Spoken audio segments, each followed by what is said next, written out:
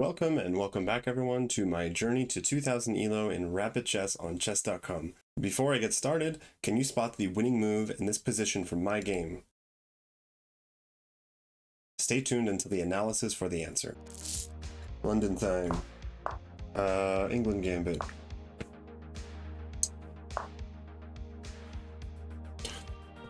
Englund Gambit. Okay, yeah, I think I usually just go e4 here. We got Rakyat Delawad. Oh my god, I'm probably butchering that. 1751 from Tunisia. I don't remember if I'm... Hold on, I focus for a sec. I don't remember if I still have the pool. I chose to not be paired with anyone lower than 50 ELO points because I kept getting opponents that were pretty low rated, but like, well, lower rated, but play really well, and that hurt. That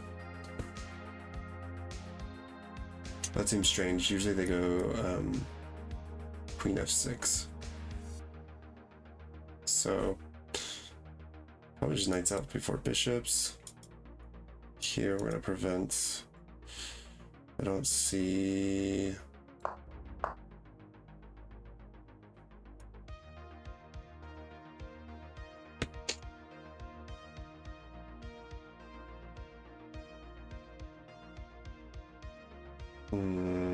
What do we want to do here?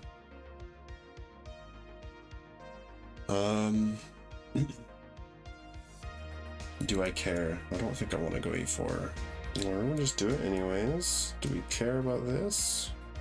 No. So because this is something I often get faced with, and it's hard to know when you should care about something like this, if I'm clearly wanting to push b5, and when you should just acknowledge that it might be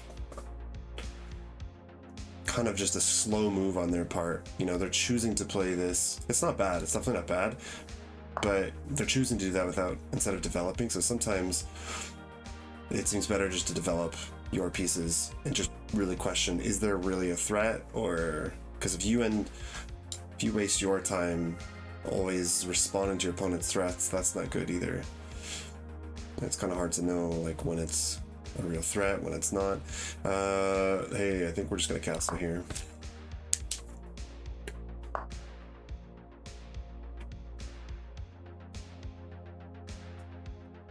Rook e1, we can pin if we want.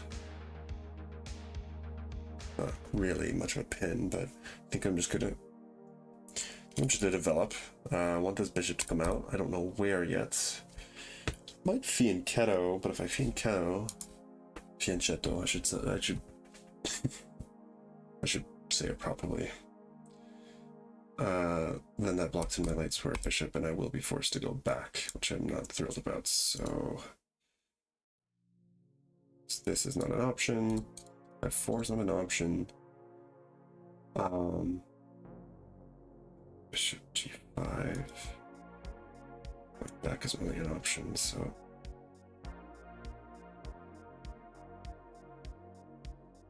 we push. Where's this knight going? I should probably push. Let's push. Because if he has to go back, that is a huge victory. And the only other way I see him going is back to h6, which is not amazing. I'm happy to see that. What can I say? What can I tell you? Now what to do with this bishop? Just rook e1. I have to be careful of time, so let's just speed it up a little bit here. This is protected. This is great. And if he goes to h6, I think maybe we snap that right off. This is nice. This is nice. Yeah, I think we're just gonna go back. That's not a problem. Here, we're gonna go, yeah, here.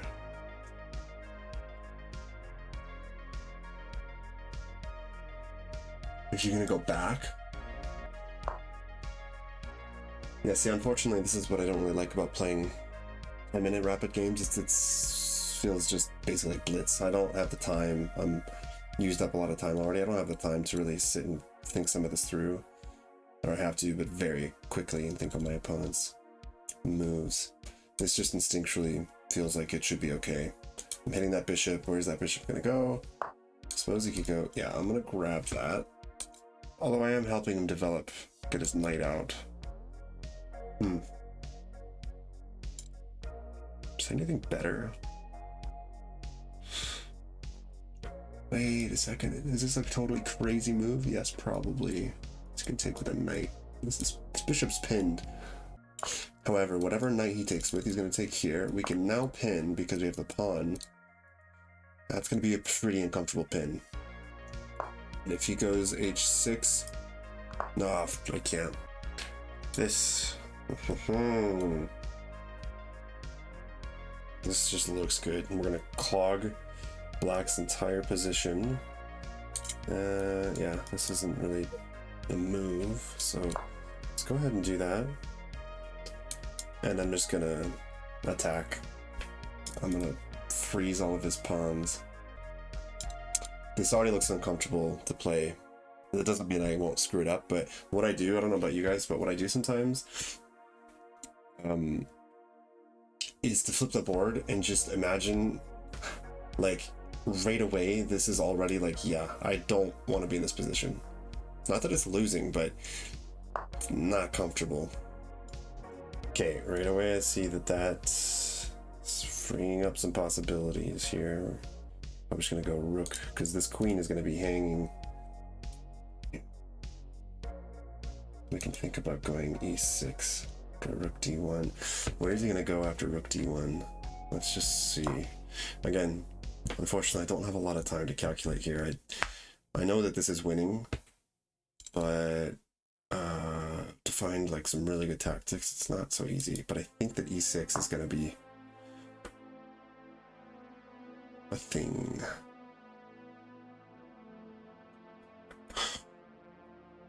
Maybe we trade.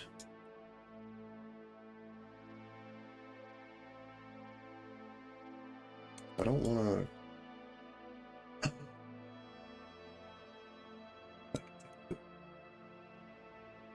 Watch this. Oh baby, I didn't see that. It works, right? No, it doesn't. He'll take with a knight. He's gonna find that. He's gonna take with a knight. This knight would be hanging because the pawn's pinned. Which kind of just gives up a lot of my... Oh. And now we gotta try to stay up on time. So if I can trade off pieces, I'm gonna do that. You can't take here, it's defended by a knight. It's defended twice, but... So I'll probably just go back, offer a trade, and then double up in the D file. If he starts marching down, it's fine. I'm just gonna go a3. Well, that seems interesting. And now this is going to be a vicious bishop. Stick a rook. He's probably should go. Yeah. That looks like the best move. Not too bad, and I didn't want to play my game of the day, one of us, but hey, I'm pretty happy with that game, to be honest. I had 0 blunders, 2 misses, 0 mistakes, and 3 inaccuracies. My opponent had 0 blunders, 0 misses, 3 mistakes, 5 inaccuracies. I played with 68% accuracy, 68.3. Let's take a look at this, which was kind of weird, because after knight f3 they went back, and yeah, that g6, knight g6. I haven't seen that before. Usually it goes like this, I think. And then what do they take? No, I think usually most of the time I think I see this. Them not wanting to take their queen so they can develop their knight. And I think if I remember, the move here is supposed to be, is the move maybe knight d2? Okay, what's happening with this music? This is... Just turn it off. Yeah, I'm gonna turn the off music. Let's see, what is it? Knight c3. Yeah, it's kind of, I wouldn't expect it. Here, knight c3, and if they take, that's, I guess, it's okay. Anyways, that's not what happened. They went knight g6. Knight c3 is best. Like I said, this is, to me, it seems fine. Like, yeah, sure, you're stopping the pin, you're preparing b5, but does it say, like, what is this new game review thing? The game is close to equal, but now white has the advantage. So yeah, it doesn't really say why. I think that, I don't know if any of you guys watch like Daniel Naroditsky. He's really good at explaining this stuff. Really, really good. I learned a lot from him, especially any of you who might be trying to go from like to break 1000, get up to like 1400. His videos helped me a lot at that rating. Anyways, he's really good at explaining why something like this is in inaccuracy. I am guessing on my kind of amateur mind, it's just too slow. Like, you should be developing pieces, period.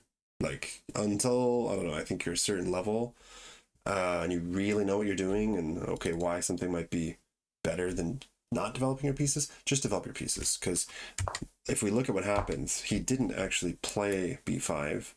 I mean, yeah, he didn't actually play b5, and oh wow, casting was a miss. Oh boy. How does he defend that? Knight h6. Oh, bishop takes. Wow, so this is apparently already completely winning. Queen d5. See, I wasn't looking for that. Snap that bad boy off. He'll probably just have to take, and that would be mate. No, he wouldn't take. He would, yeah, castle. But then we're just a piece up. Anyways, I didn't see that. Wow. So castling with a miss on my part. Anyways, if we looked at what happened despite me castling and missing out on that, look at the development. Like, and I have a pawn in the center. I think that this is also a consequence of playing a6 and just wasting time. If we had gone back, instead of him playing that, how did his knight even get there, though? This is already off to a bad start, I have to say. Knight back to g6 seems kind of strange, but anyways, even if he had played knight f6, what is the computer suggesting, by the way? c6. c6 I can see getting ready to push d4, you know, and challenge the center. Anyways,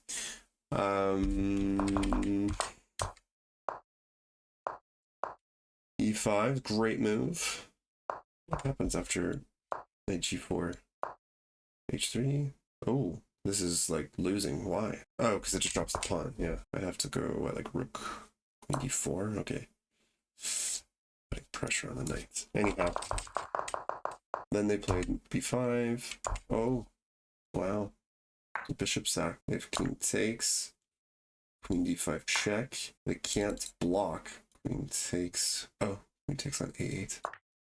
Wow, so yeah, this is the kind of stuff that I hopefully would have found if I had more time, but 10 minutes just isn't a whole lot. Anyway, so it's bishop sack I missed. This also is something I've noticed. I watched a video by this guy, I think it's the Chess Giant.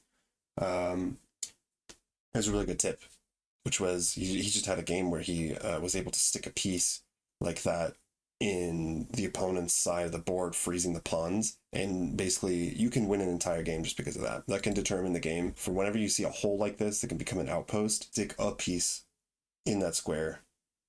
It's usually a good move. Yeah. So he needed to take with a knight. And then still this should work. No, yeah. Computer wants e6. So they take. This is pinned. If he takes, we win a rook. And if they don't, it's looking pretty sketchy. So what's the best move here? Yeah, the best move is still takes. And after bishop takes, check. It says to just go for it. Yeah, computer says just go for it. Lose the rook. So I found that, which I was happy with. I was proud of myself for. And they didn't see it, so found this that pawn's pinned. Can't take.